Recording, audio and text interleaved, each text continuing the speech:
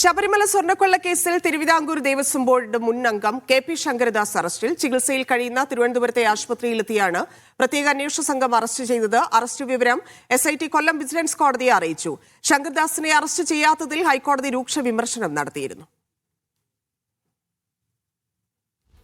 തിരുവനന്തപുരത്തെ സ്വകാര്യ ആശുപത്രിയിലെത്തിയാണ് ചികിത്സയിൽ കഴിയുന്ന ശങ്കരദാസിന്റെ അറസ്റ്റ് SP ശശിധരൻ രേഖപ്പെടുത്തിയത്.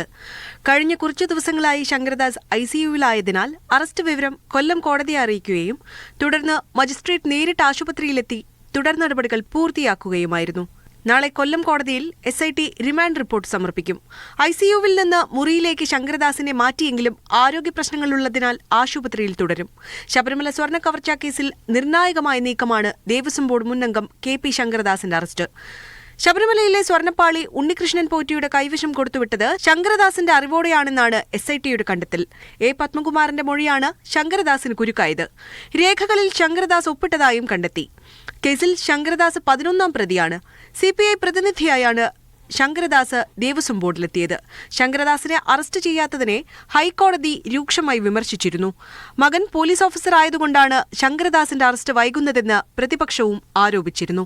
ശങ്കരദാസിന്റെ മുൻകൂർ ജാമ്യ ഹർജി പരിഗണിച്ച കൊല്ലം പ്രിൻസിപ്പൽ സെഷൻസ് കോടതി മെഡിക്കൽ ബോർഡിന്റെ റിപ്പോർട്ട് ഹാജരാക്കാനും നിർദ്ദേശിച്ചിരുന്നു. ശങ്കരദാസ് ആശുപത്രിയിൽ അബോധാവസ്ഥയിലാണെന്ന് ചൂണ്ടിക്കാട്ടിയ പ്രതിഭാഗം അഭിഭാഷകൻ തെളിവായി ഫോട്ടോകളും ചികിത്സാ രേഖകളും ഹാജരാക്കി. മുൻകൂർ ജാമ്യാപേക്ഷ വെള്ളിയാഴ്ച പരിഗണിക്കാനിരിക്കെയാണ് SIT അറസ്റ്റിലേക്ക് നീങ്ങിയത്. മീഡിയ 1 തിരുവനന്തപുരം.